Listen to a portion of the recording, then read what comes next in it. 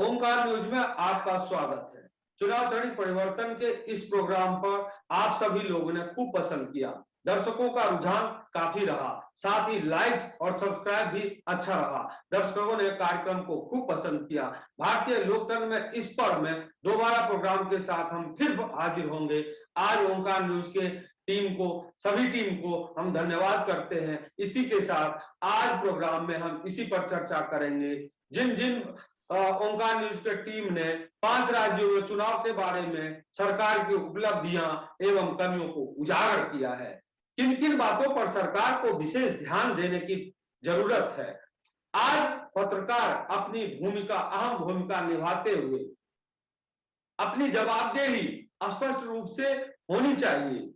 हम पत्रकार सरकार पर सवाल उठाते रहेंगे, लेकिन पत्रकार जब निगेटिव खबरों को ज्यादा दिखाकर, जैसे एक दो खबरों की मैं चर्चा करूंगा, जैसे कुंभ में हुआ, प्रयाग कुंभ में निगेटिव खबरों को ज्यादा दिखाने लगे लोग।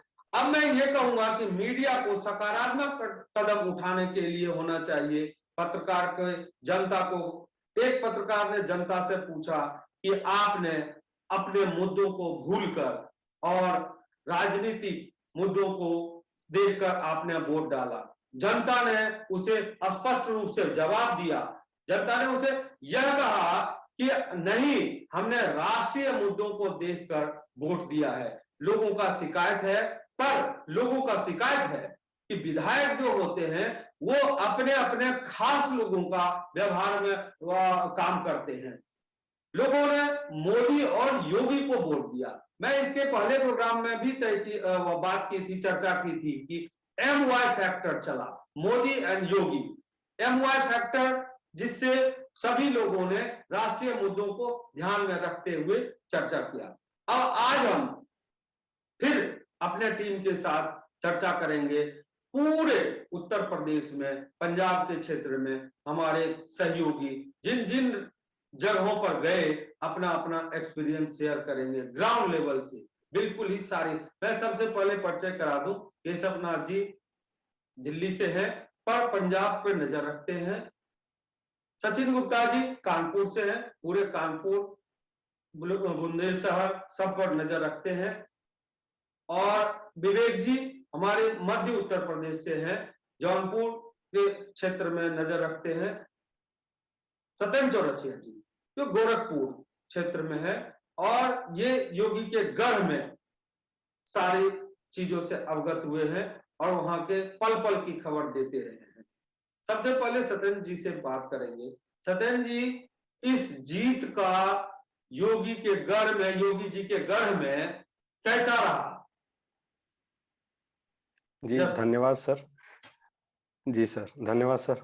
देखिए, इस बार का जो चुनाव हुआ है, जो लोग बोल रहे थे MY प्लस का जो फैक्टर है वो काम करेगा, एंटी इनकम्बेंसी जो है टोटली फेल होता दिख गया है। क्योंकि MY तो काम किया है, लेकिन मुस्लिम और यादव वाला फैक्टर काम नहीं किया। यहाँ काम किया मोदी और योगी का फैक्टर देखा जाए तो।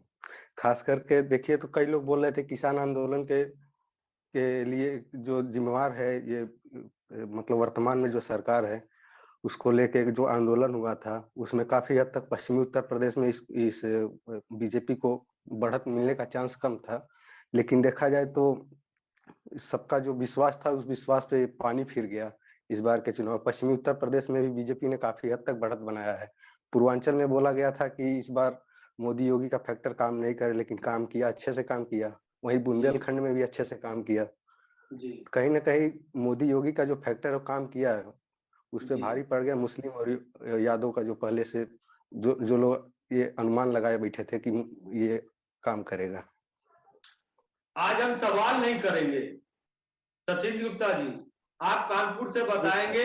आपने एक कहा था कि 7 सीटों में से 5 ले जाएगी बीजेपी। आपने पहले रिजल्ट डिक्लेयर कर दिया था 10 में से 7 सर, 10 में से 7। 10 में से 7। तो अब आप अभी क्या देख रहे हैं वहां से, जो पूरे क्षेत्र में आपने घूमा, आपने बेसिक कुछ तो आपको अनुभव हुआ होगा जरूर कि लोगों को अभी भी बेसिक नीड्स क्या क्या है, जरूरतें की चीजें पूरी हुई या कुछ और भी आशा है? जी सर, बहुत बहुत धन्यवाद सर। पहले तो सर ये जो चुनाव क्षेत्र परिवर्तन का शो है ये सर बहुत ही हिट रहा। काश ऐसे शो ही सर चलते रहे तो बहुत चीजें आगे बढ़ेंगी। और बाकी रही चुनाव की बात तो सर जिस सब ये है बीजेपी ने लगभग 255, सपा 111, कांग्रेस 2, बसपा 1 जो ये रहा है पूर्ण बहुमत से सरकार बनी है। तो ये मैं उनको भी धन्यवाद देना चाहूंगा। बीजेपी की जीती है तो भाई हम लोगों को लोकतंत्र है तो हम लोगों को चीज को मानना पड़ेगा। और रही बात कानपुर की तो सर कानपुर में 10 सीटें हैं, 10 में से 7 बीजेपी की। और मैंने ये प्रेडिक्ट भी किया था कि 7 सीटें मिली, 3 सपा को मिली हैं। और जो हमारा क्षेत्र है जो महाराजपुर क्षेत्र है वहां से सतीश महाना जी विजयी हुए हैं, जो कि कम से कम 70 से 80 हजार वोटों से विजयी हुए हैं। कहीं ना कहीं उन्होंने ग्राउंड लेवल पे काम किया, उतना नहीं किया लेकिन फिर भी काम किया। बुंदेलखंड क्षेत्र में भी अधिकतर सीटों पर बीजेपी ही विजयी रही है। और जो बीजेपी का जो सिस्टम रहा वो सुरक्षा, फ्री राशन और राष्ट्रवाद का काम किया। मेनली फ्री राशन, जो गरीब तबके के लोग हैं उनको 5 किलो राशन वाला सिस्टम काम किया है। और सबसे बड़ी बात जो मैं कहना चाहूंगा, स्टूडेंटों का चुनाव में शामिल ना होना। स्टूडेंट कहता तो है रोजगार नहीं मिला रोजगार, लेकिन वहां वोट देने जाता नहीं है या जा नहीं पाता। दिल्ली में तैयारी कर रहा है, 800 किलोमीटर वोट देने क्यों जाए। तो इसका भी कहीं ना कहीं बहुत ज्यादा असर पड़ा है। और जो सपा का रहा है तो सपा की जो कैंपेनिंग रही उतनी बेहतरीन नहीं रही जितना कि बीजेपी की कैंपेनिंग रही है। मोदी का चेहरा रहा, गोदी मीडिया रही है, इसका बहुत ज्यादा असर पड़ा है सर बीजेपी को, और जीती भी है। यही मैं कहना चाहूंगा। मैं विवेक जी से जानना चाहूंगा, शासन, सुशासन और मोदी का भाषण, ये 3 चीज खूब चला। विवेक जी, क्या इस चीज को कैसे आपने देखा ग्राउंड लेवल पे? सर आपको हम नमस्कार करना चाहेंगे। और शासन, कुशासन और मोदी, ये तो फैक्ट चला ही है, इसमें कोई दो राह नहीं है देखा जाए। क्योंकि इससे पहले शासन और प्रशासन की बात आती थी और तो मायावती थी, और इसके बाद दूसरा देखा जाता है तो कहीं ना कहीं बीजेपी को इस बात की फायदा भी मिला है और देखा भी गया है चुनाव में। देखो जो फैक्टर बीजेपी देखा जाए तो एक बसपा थी। बसपा का जो पूर्वांचल में बहुत बड़ा रोल था, जो बसपा के जो साइलेंट वोटर थे जी, वो बीजेपी के पक्ष में गए हैं, और इसकी फायदा बीजेपी को पूर्ण मिली है। बसपा कमजोर होना बीजेपी के हित में रहा है और बीजेपी को इसकी फायदा दिखी भी है। और दूसरी बात यह है कि सपा कहीं ना कहीं जनता और जो एक उनके मेन लीडर होते हैं उनके बीच जो कनेक्टिविटी होती है, जो जागरूकता होता है, कहीं ना कहीं वो बैठा नहीं पाए और उसको भांप नहीं पाए। दूसरी देखो, कोई भी चुनाव में हारना और जीतना कोई एक आयाम पे डिपेंड नहीं होता है, कई आयाम डिपेंड होते हैं। सबसे बड़ी बात ये देखा जाएगा अखिलेश की गृह अखिलेश, अखिलेश ने जितने भी आंदोलन किए, जितने भी अपने किया है पार्टी की तरफ से, या तो उनके कोई विशेष चेहरा सामने नहीं आया है। अखिलेश है, अखिलेश के साथ में शिवपाल का, इटावा में शिवपाल, अखिलेश, मुलायम सिंह, एक चेहरा एक साथ नजर आए हैं। कोई बड़ा चेहरा एक साथ नजर नहीं आया है। अखिलेश के अलावा देखा जाए कैंपेन में अखिलेश खड़े पाए जाते हैं। कहीं ना कहीं ये भी एक इनके लिए बैड फैक्टर रहा। और भी बहुत सारे फैक्टर हैं जो सामने आएंगे। आज इसी बात की चर्चा हम लोग करने के लिए बैठे हैं। सब लोग अपने अपने अपना अपना अनुभव बता रहे हैं। मैं केशवनाथ जी से जानना चाहूंगा कि ग्राउंड लेवल पर महिलाएं, खासकर यह दबे जुबान में जरूर करती थी कि मतलब ऐसे बोलती थी बुजुर्ग महिलाएं कि बेटा अगर कुछ करना है तो योगी को लाना है, क्योंकि रात में लोग इसी 5 साल में निकल पाए। तो इस चीज को आप कैसे समझेंगे केशवनाथ जी?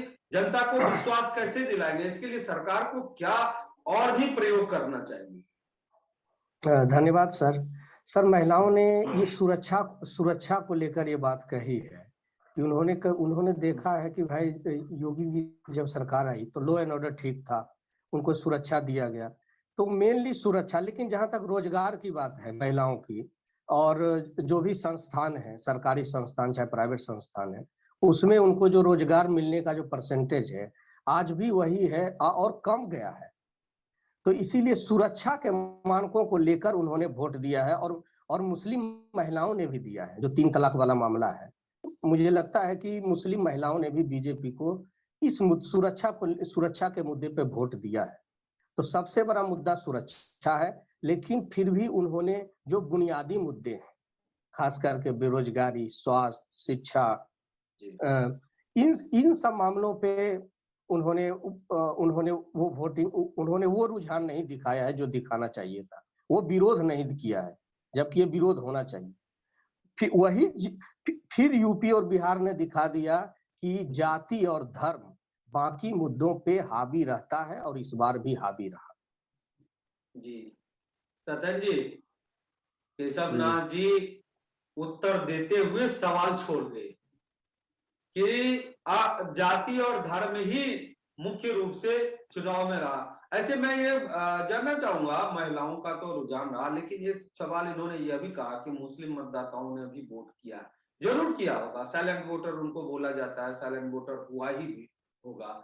लेकिन योगी जी ने एक जो नारा दिया था 20% वर्सेस 80%, तो इससे क्या मुस्लिम महिलाओं को भी कुछ आहत हुआ होगा कि भाई हमें तो इन्होंने टारगेट किया, तो क्या मैं जाऊं, या फिर ब्लाइंडली इन्होंने अपने मुद्दों को छोड़ और साइलेंट वोटर के तौर पर वोट डाला?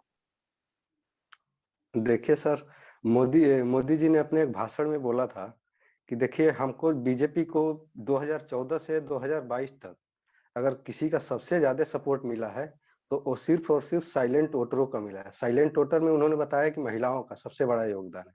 महिलाएं बीजेपी को बहुत ज्यादा मतलब बढ़ चढ़ के मतलब वोट कर रही हैं। रही बात जाति और धर्म की, तो बीजेपी ने काफी हद तक कोशिश किया है कि रिलीजियस पोलराइजेशन के थ्रू मतलब कैंपेनिंग किया जाए, और उसमें काफी हद तक सफल भी हुए हैं। जैसे अभी योगी जी ने एक कैंपेनिंग में बोला कि जब अखिलेश यादव सरकार में थे तो मुहर्रम के टाइम जो मुसलमानों का त्योहार है उसमें 24 घंटे बिजली दे, जबकि इसका कोई आधार नहीं है, लेकिन एक र्यूमर फैलाने का काम किया उन्होंने, और उसी चीज को मीडिया जो है बार बार फ्लैश करके दिखाता रहा कि अखिलेश यादव के समय मुसलमानों पे होता था, हिंदुओं के साथ ये होता था, लेकिन उस चीज को काउंटर करने में अखिलेश। देखिए सत्येंद्र जी, मैं इससे अवगत हूँ कि कुछ जैसे साधु संन्यासियों के साथ कई जगह ऐसा हुआ, मारपीट तक भी हुआ, और कुछ असामाजिक तत्व, हर समाज में असामाजिक तत्व होते हैं जिन्होंने बहुत सारा गड़बड़ियां फैलाई।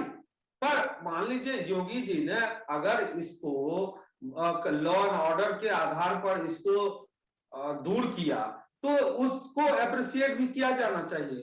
क्या आपको क्या लगता है? अप्रिशिएट तो किया ही जा रहा है। लोग, महिलाएं भी तो सुरक्षा के नाम पे वोट दी हैं इस बार बीजेपी को काफी हद तक, तो अप्रिशिएट तो किया जाना है। लॉ एंड ऑर्डर तो मेंटेन किया गया है, उसमें कोई दो राय नहीं है। लेकिन रही बात जो एक र्यूमर फैलाने का, मतलब अपने विपक्ष के लिए कि वो जब विपक्ष सत्ता में रहता है तो ऐसे करता है, ऐसे मतलब गुंडा राज करता है, इस टाइप का करता है। एक तरह से मीडिया के थ्रू भाषा की मर्यादा होनी चाहिए। सचिन जी, एक भाषा की मर्यादा होनी चाहिए और सकारात्मक बयान देना चाहिए, चाहे जो भी है। हम मुद्दा को सकारात्मक, अपनी मुद्दों को दिखाएं कि हमने ये विकास किया, हमने ये किया, हमने आपके लिए किया, आगे भी मेरा ये योजना है, हम इस योजना के तहत आपको ये सुविधा देंगे। क्या इसको आप किस तरह मानते हैं? ये तो सर आपने सही कहा, चुनाव अपनी जगह, लेकिन अपनी भाषा की मर्यादा को आदमी को बनाए रखना चाहिए, क्योंकि भाषा इंसान को उसकी इंसान की पहचान सही बताती है। तो इस पे तो काम होना ही चाहिए। ये आपका बात कहना सही है। जैसे सपा है, तो सपा का इस बार जो मैं कहना चाहूँ, जो वोट शेयर रहा है वो कहीं ना कहीं बढ़ा है। लास्ट जो 2017 में चुनाव हुआ तो 22% था, इस बार लगभग 32% हुआ। तो कहीं ना कहीं विपक्ष तो मजबूत, सीटें भी बढ़ी है, 57 सीटें भी बढ़ी है, वोट शेयर बढ़ा तभी तो सीटें बढ़ी। लास्ट टाइम उतना था, इस समय 111 सीट लगभग जस्ट डबल हो गया सीट, 111। वोट शेयर भी बढ़ा, तो भाई इस समय 111 सीटें शायद इस वाले में मिला है, और वोट शेयर भी 32% रहा, और अलायंस के साथ लगभग 35% के आसपास रहा है। मुझे ये लगता है जो बीजेपी है उनका जो कैंपेनिंग प्रोसेस है वो बहुत ज्यादा हार्ड है, मतलब कैसे भी करके कर ले जाते हैं। और मोदी जी हैं तो भारत के प्रधानमंत्री हैं, देखा आपने कि प्रधानमंत्री होकर वाराणसी में आके डमरू बजा दिए हैं, तो कहीं ना कहीं उसका असर नहीं, ये तो मानना पड़ेगा कि देखिए डमरू का असर कहीं ना कहीं। जी और दूसरी बात, गोदी मीडिया का भी कहीं ना कहीं असर रहा है। जैसे आप अधिकतर चैनल देखेंगे तो भाई हिंदू मुस्लिम राष्ट्रवाद का तो बहुत ज्यादा असर पड़ा है। थोड़ा तो कहीं ना कहीं रूस यूक्रेन युद्ध का भी बेनिफिट हुआ, उन्होंने लाभ लिया है, तो मतलब उनके पक्ष में बहुत चीजें हो गई हैं। लेकिन फिर भी सपा ने काम किया, ऐसी बात नहीं, उस हिसाब से उसका वोट परसेंट बढ़ा। तब नहीं बन पाई सरकार, बात अलग है, बाकी बुलडोजर बाबा के नाम से प्रसिद्ध हो गए हैं इस बार। देखिए क्या होता है। बाकी उम्मीद हम करते हैं कि थोड़ा स्टूडेंट के लिए भी थोड़ा सा काम करेंगे और थोड़ा सा जो उन्होंने वादे किए हैं सुरक्षा या जो भी चीजें हैं उस पर काम करेंगे। बाकी फ्री राशन बांटा, हमें तो लग रहा है कि गरीब तबकों को राशन मिल जाता है, तो वोटिंग परसेंटेज अधिकतर गरीब तबकों का होता है, जो अधिकतर लोग वोट देने नहीं जाते हैं। उन्होंने जैसे अभी कानपुर में मुझे पता चला कि चुनाव जीते हैं तो जितने सब्जी वाले हैं या जितने ठेली वाले, उन्होंने खुद मिठाई बांटी है कि मोदी जी जीत गए, योगी जी जीत गए। तो ये मतलब नहीं ग्राउंड लेवल पे क्या हो रहा क्या नहीं हो रहा है, बस उनको ये दिख रहा है कि मोदी जी जीत गए हैं, बस ठीक है, राम मंदिर बन जाएगा, बाकी दुनिया बाढ़ में जाए उससे कोई मतलब नहीं। विवेक जी, ग्राउंड लेवल पर यही देखा है सर। सर सीजन की पहली बर्फबारी शुरू हुई, 25,000 इनामी बदमाश को लखनऊ में गोली मारी, सीजन की पहली बर्फबारी शुरू हो गई। हाँ, ये तो है कि कहीं ना कहीं ये पहले से ही जब से बीजेपी आई है तब जी, से शासन के ऊपर और गुंडागर्दी के ऊपर हमेशा प्रेशर लगाती रही है और देखा भी गया है, काफी हद तक इसमें कामयाब भी रही है। और हाँ, ये है कि सीजन की पहली जो घटना है और ये घटना में उसने खुद ने स्वयं गोली मारी है उसने पैर में, तो इस पर सफल रही है बीजेपी, काफी हद तक बीजेपी सफल रही है। केशव हाँ जी, सर, मैं इसके माध्यम से एक और संदेश देना चाहूंगा बोलिए बोलिए कि, बोलिए। कि मैं यह बोलना चाहूंगा कि हार जीत तो एक अलग पहलू है, केवल देखा जाए तो रामराज 2.0 कहीं ना कहीं ये सरकार के लिए बड़ा उत्तरदायित्व है और इसका निर्वहन कहाँ तक कर पाएगी ये आगे 2024 के समीकरण में बहुत पता चलेगा। जी केशव जी, सही। ये जी सही सर। कहा केशव जी। सचमुच में इस चुनाव को देखकर 2024 का रिजल्ट आंका जा रहा है, इसको आप किस तरह देखते हैं? हाँ सर, ये इस बात में तो सच्चाई है। कहा जाता है कि यूपी से ही यूपी से ही केंद्र की गाड़ी निकलती है और वहीं से जीत तय होता है कि कौन जीतने वाला है। और इस बार बीजेपी को जो यूपी में जीत हुई है तो यह कहीं ना कहीं इंडिकेशन है कि 2024 में फिर से मोदी की सरकार आने वाली है और इसमें सच्चाई है। इसका कारण क्या है? देखिए, बीजेपी का जो मेन मोटिव है, जो उनका प्रचार करने का तरीका है, जो लॉबी है उनका देश में, जो उन्होंने बनाया है सोशल मीडिया के द्वारा, चाहे ग्राउंड लेवल पर, वो अन्य जो पार्टियां हैं वो करने में सक्षम नहीं है।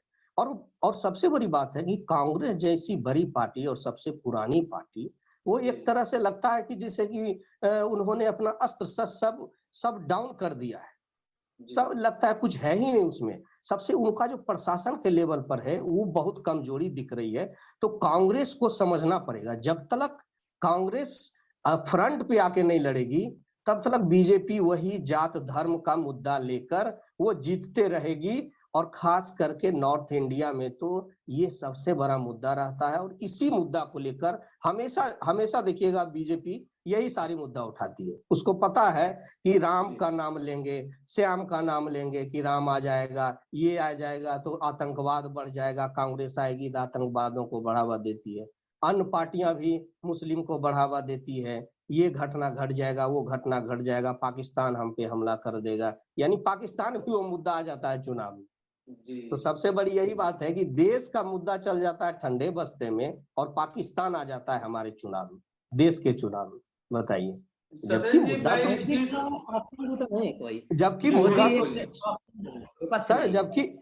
जबकि मुद्दा जो चुनाव तो होना चाहिए स्वास्थ्य पे, शिक्षा पे, महिला सशक्तिकरण पे, सुरक्षा पे। कि शिक्षा का स्तर आप देखिए कहाँ है। यूपी में चुनाव हुआ, कोई नहीं ध्यान दिया कि महंगाई बढ़ने वाली है, शिक्षा का स्तर एकदम डमाडोल है, स्वास्थ्य का स्तर एकदम डमाडोल है, लेकिन इनसे मतलब नहीं है। केजरीवाल साहब ने जो फ्री का जो स्कीम चलाया है, वो स्कीम को भी बीजेपी भी फॉलो कर रही है। आज पंजाब में रोड शो कर रहे हैं। हाँ सर, तो पंजाब में, लेकिन फिर भी देखिए जो आपका जो स्टैंड है, जो आपका चुनाव करने का तरीका है, वो चुनाव लड़ती है पार्टी शिक्षा पे, स्वास्थ्य पे और प्लस फ्री ये ले जाओ फ्री, वो ले जाओ फ्री। और पंजाब में धर्म का मामला उतना है ही नहीं, क्योंकि वहां तो अलग ही एक धर्म है, सिख धर्म है। इसीलिए वहां मुद्दा था किसान का, वहां मुद्दा था शिक्षा का, स्वास्थ्य का, और इन मुद्दों पे उन्होंने काम किया। और बहुत सारे पंजाबी दिल्ली में रहते हैं, वो देखे वो फ्री वाला जो केजरीवाल साहब ने किया है दिल्ली में। जी। तो ये सब कारण रहा कि आप एक बहुत बड़ा एक ग्रांड एक पंजाब जिसको में कहा जा बहुत बड़ा सकता है मुद्दा कि है ड्रग्स ट्रैफिकिंग का। सचिन जी या, मैं बोलिए, हाँ बोलिए केशव जी, आज हाँ फ्री में ये जो ड्रग ट्रैफिकिंग की आप बात ने कहा, तो कोई भी अभी तक देख लीजिए जितनी सरकार आ रही है ध्यान नहीं दे रही है। तो हमको लगता है केजरीवाल साहब वहाँ और इसको बढ़ावा मिलेगा, दारू वहां भी अब और सस्ता हो जाएगा। सचिन शराब गुप्ता जी सस्ता आप हो कुछ जाएगा। बोलना चाह रहे हैं, बोलिए। हम तो ये कह रहे हैं केजरीवाल जी ने यहाँ भी एक बोतल के साथ एक बोतल फ्री कर दी है। हमें लग रहा है पंजाबियों को भी दारू तो पसंद है, तो वहां भी हमें लग रहा है दारू का रेट सस्ता ही हो जाएगा। हमें तो नहीं लग रहा है दारू और इसमें ड्रग्स में कुछ होने वाला है। तो मस्त रहेंगे। विवेक जी कहावत सचमुच में सही हो रहा है क्या? मैं बोलूंगा नहीं होने पर कहावत सच हो रहा है विवेक जी। बोतल के चक्कर में और आम आदमी देखो पार्टी भूल गया। बोलिए विवेक जी। ये बोलना कोई आधार नहीं है कि आम आदमी पार्टी की जो दिल्ली में शराब बांटी इसके आधार पे आई। नहीं, वो अपने कहीं ना कहीं उसने अपने एजेंडे को आगे बढ़ाया है, बेसिक एजेंडा अपना सामने लेके आई है और अपनी चीजों को बहुत अच्छे से जनता के पीछे कनेक्टिविटी होनी चाहिए, वो कहीं ना कहीं आम आदमी पार्टी कर पाई। दूसरी बात एक और बताएंगे, जब भी कोई चीज का जब उत्कर्ष होता है तो उसका पराभव होता है, तो तीसरा व्यक्ति वहां इन्वॉल्व होता है। तो कहीं ना कहीं इसका आम आदमी पार्टी ने फायदा उठाया। कांग्रेस पार्टी गिरी, आम आदमी पार्टी वहां पहुंची और इसी की फायदा कहीं कहीं यूपी में देखने को मिलती है। तो यूपी में हमारी बसपा देखो एक सीट पे आ गई, कहाँ 4 बार शासन करने वाली बसपा पार्टी, वो एक सीट पे आ जाती, तो ये बहुत बड़ा प्रश्न लगता है और इसका फायदा पूरा पूरा बीजेपी को जाता है। मैं किसी पार्टी से बिलोंग नहीं करता हूँ, क्योंकि ये बिल्कुल सत्य है कि कहीं ना कहीं इसका बसपा का फायदा बीजेपी को मिला है और कांग्रेस का फायदा आम आदमी पार्टी उठा लेगी और इसका देखा गया रिजल्ट। मदन जी अब इन सब चर्चा से थोड़ा दूर आपसे जानना चाहेंगे, रूस और यूक्रेन का युद्ध थम नहीं रहा है, आर्थिक संकट से भारत कैसे निपटेगा? देखिए सर, चुनाव ये क्या नाम है, युद्ध तो अभी भी जारी है। कहीं ना कहीं उसका जो निगेटिव इम्पैक्ट पड़ रहा है पूरे दुनिया भुगत रही है उस पर। काफी हद तक महंगाई को ले लिया जाए, गैस प्राइस को ले लिया जाए, तेल को ले लिया जाए, ये सब चीज से काफी दुनिया मतलब परेशान है। रसिया पे काफी हद तक सैंक्शंस भी लग गया है, तो उसका भी इकोनॉमी डमाडोल चल रही है अभी देखा जाए तो। कहीं ना कहीं इफेक्ट तो पड़ रहा है। रूस यूक्रेन का जो युद्ध अभी काफी लंबा हद तक खिंच गया है। केशवनाथ जी, इसका आर्थिक संकट जो रसिया पे आई है, क्या भारत के व्यापार पे भी इसका असर पड़ेगा? सर जरूर असर पड़ेगा, क्यों नहीं पड़ेगा। आज भी आप देखिए 50% से ज्यादा जो हमारे आर्म्स आते हैं और जो कल पुर्जे आते हैं वो रसिया से ही आते हैं। सबसे ज्यादा दुनिया में सबसे ज्यादा हम व्यापार करते हैं तो रसिया से करते, आयात करते हैं। और दूसरी बात है कि वो गैस भी आता है, प्लस वहाँ सूरजमुखी भी वहाँ उपजाया जाता है यूक्रेन में, और क्या कहते हैं वहाँ रसिया में। तो इस सब का इम्पैक्ट तो पड़ेगा ही, और इसका सीधा इम्पैक्ट हमारे देश की अर्थव्यवस्था पे पड़ेगा, और जिसके कारण महंगाई बढ़ेगी, और इस महंगाई का मार सबसे ज्यादा गरीबों पे पड़ेगा। केशवनाथ जी सबसे आपसे छोटा सा मैं अब अंतिम चरण में ये पूछूंगा कि कुल मिलाकर आप लोगों का राय बहुत अहम राय रखते हैं और समाज के बीच में लोगों ने खूब सुना, सराहा। कुल मिलाकर आप लोगों ने अच्छी राय रखी, इसलिए मैं ये कहना चाहूंगा कि कुल शब्दों में उत्तर प्रदेश सरकार को आप क्या सुझाव देना चाहेंगे अपने माध्यम से? सर मेरे तरफ से सरकार को यही सुझाव होगा कि वो जो राम और कृष्ण की धरती है और जो राम राज की बात की जाती है, उसी राम राज को वो लाने का प्रयास करे। सिर्फ राम का नाम लेने से काम नहीं चलेगा, कर्म की बात करें। जो उन्होंने जो वादे किया है जनता से, रोजगार, स्वास्थ्य, महिला सशक्तिकरण, सुरक्षा, जो भी उन्होंने वादा किया है उसका वो पूरा करें। गरीबों को अभी देखिए यूपी में गरीबी बढ़ गई है। गरीबी वहाँ, और सिर्फ गरीबों को अन्न देने से, फ्री कर देने से, उनको आप रोजगार दीजिए ना, उनको सचिन लोन गुप्ता दीजिए जी, कि तुम व्यापार 5 करो। साल में सिर्फ 5 काम मुख्य रूप से किया जाना चाहिए मुझे लगता है, तो आप क्या कहना चाहेंगे कि सिर्फ 5 काम ही करें? रोजगार, स्वास्थ्य, घर की समस्या मुख्य होती है, रोजगार मुख्य है। आप बताइए, आपका क्या राय है? मेरी राय तो ये है सर कि स्वास्थ्य, शिक्षा, सुरक्षा, रोजगार, इन सब पे सर काम होना चाहिए, क्योंकि सिर्फ धर्म पे कुछ नहीं होने वाला। धर्म से सिर्फ हम लोग बच सकते हैं, उससे ज्यादा कुछ नहीं। जब युवाओं को रोजगार मिलेगा तभी तो आगे काम बनेगा। जब युवा ही बेरोजगार हो जाएगा तो काम कैसे होगा। सुरक्षा भी बढ़नी चाहिए। राशन क्या, फ्री राशन बांट रहे थे, अभी पता चला कि अप्रैल से वो बंद हो जाएगा फ्री राशन मिलना। तब कहाँ जाएंगे? अभी तक तो फ्री फ्री खाया है, अब कहाँ से पैसा आएगा? तो फ्री से कुछ नहीं होने वाला है। मेहनत करेंगे चीजें मिलेंगी। हमको रोजगार दीजिए ना आप। अब जैसे दिल्ली है, नोएडा है, इंडस्ट्री एरिया बनाया गया है कुछ। अगर यूपी में भी कानपुर, लखनऊ वगैरह में इंडस्ट्री वगैरह खोलेंगे तो लोग यहाँ पे काम करेंगे, क्यों दिल्ली, बम्बई, कलकत्ता जाएंगे? तो आप, हम लोगों को रोजगार चाहिए। फ्री राशन से कुछ नहीं, 2-4 महीने खा लेंगे, उससे ज्यादा कुछ नहीं हो सकता। काम, मेन चीज काम दीजिए। रोज खाने से क्या होगा? वो तो 2-4 महीने में खत्म हो जाएगा ना फ्री वाला। आगे क्या क्या, आप सिलेंडर दे रहे हैं, लोगों उसमें का गैस ना कम रहेगा। प्रतिक्रिया बढ़िया क्लियर रहा। मैं क्षेत्र से देखा हूँ, लोगों का क्लियर प्रतिक्रिया था, मुझे फ्री का ना देकर मुझे रोजगार दें, मैं अपनी बुद्धिमता से अच्छा जीवन जी लूंगा। आप इसको विवेक जी, अगर 5 साल में इनको 5 साल के अलावा 5 साल मिला है तो क्या होना चाहिए? देखिए सर, मैं यह कहना चाहूंगा कि जब भी फ्री कोई चीज दी जाती है, सब्सिडी दी जाती है, तो कहीं ना कहीं वो स्थायी नहीं होता है, वो स्थायी समाधान नहीं है।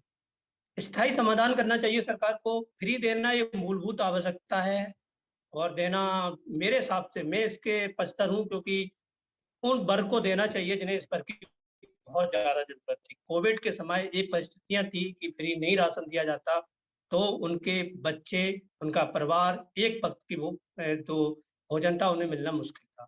कि हम ये चाहेंगे कि सरकार को इस पर काम करना चाहिए, जिससे कि लोगों को फ्री राशन की जरूरत ना पड़े, बल्कि वो अपने पैरों पर खड़े हों। और दूसरी बात, इस चैनल के माध्यम से एक और कहना चाहूंगा कि जो मीडिया वाला प्रश्न आपने जो बताया है कि मीडिया क्या होती है, मीडिया को ये सोचना जरूरी है, क्योंकि वो एक समाज का दर्पण होता है। जी उसको अपने, और लोकतंत्र का तीसरा चौथा स्तंभ भी है वो। जी उसको अपनी चीजें बड़ी तटस्थता से लोगों के सामने रखनी चाहिए, जिससे कि लोग जागरूक हों, लोग के सामने सच्चाई पता चले। और यही काम निर्वाचन आयोग को करना चाहिए कि चीजें बहुत सही तरीके से लोगों के तक, जन तक पहुंचना चाहिए। सतन जी, जी रोजगार के लिए जो एक योजना लाई जा रही है, प्राइवेट को आगे करो, उस पर एक मजबूत कानून की भी जरूरत है, क्योंकि प्राइवेट का क्या स्थिति रहा ये हम लोगों से छिपा हुआ नहीं है। तो इस मद्देनजर रखते हुए 5 सालों में कुछ मजबूत रोजगार के क्षेत्र में काम होना जरूरी है। आपको क्या ऐसा दिखने में मिला है कि सरकार की क्या योजना आ सकती है या आएगी? जी सर, बिल्कुल, मतलब रोजगार के क्षेत्र में सरकार को काम करना ही चाहिए, क्योंकि फुल मेजोरिटी में जब कोई सरकार आती है तो उसको अपना डिसीजन लेने में काफी हद तक आसानी मिलता है। तो देखा जाता है कि मतलब कहीं न कहीं हद तक, कुछ हद तक बीजेपी को इस बार पूरा पूर्ण बहुमत मिला है, 2/3 बहुमत। तो इस हद तक देखा जाए तो काम करना चाहिए। योगी जी ने बोला भी था कि उत्तर प्रदेश का जो स्टेटस है केरला से बेटर है, जबकि जमीनी स्तर पर तो ऐसा है नहीं। अगर बेटर बना दे तो वही अच्छा है। हम तो यही जी, कहना चाहेंगे। बहुत बहुत धन्यवाद। ओंकार न्यूज के सभी टीम को बहुत बहुत शुक्रिया। आप लोगों ने अपनी अपनी राय रखी और इससे जनता को हद तक कुछ न कुछ जरूर फायदा मिला होगा, और इसको समझते हुए आज हम ओंकार न्यूज को धन्यवाद करते हैं। नमस्कार।